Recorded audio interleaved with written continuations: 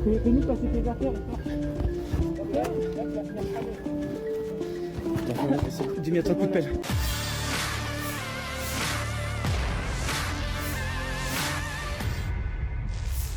Artileri angkatan bersenjata Rusia menimbulkan kerusakan api pada posisi legiun asing Prancis yang berperang di pihak Ukraina.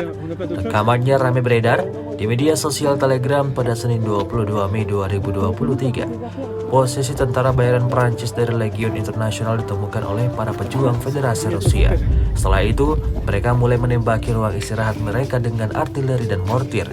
Salah satu tentara bayaran memperlihatkan konsekuensi dari pukulan tersebut. Datangnya serangan itu tepat mengenai posisi target, namun diketahui proyektil tidak berhasil meledak dengan baik.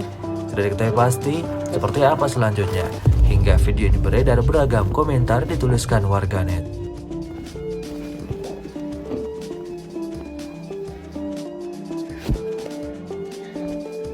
Putain d'enculé.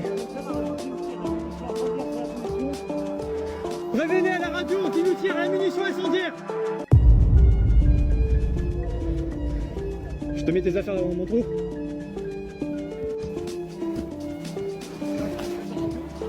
Ouais.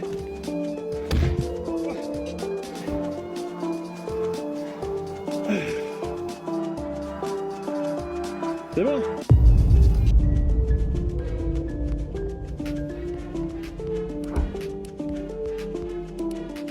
Rusia melaporkan secara total 428 pesawat Ukraina, 234 helikopter 4.245 UAV, serta 424 sistem rudal anti pesawat dieliminir sejak awal operasi khusus.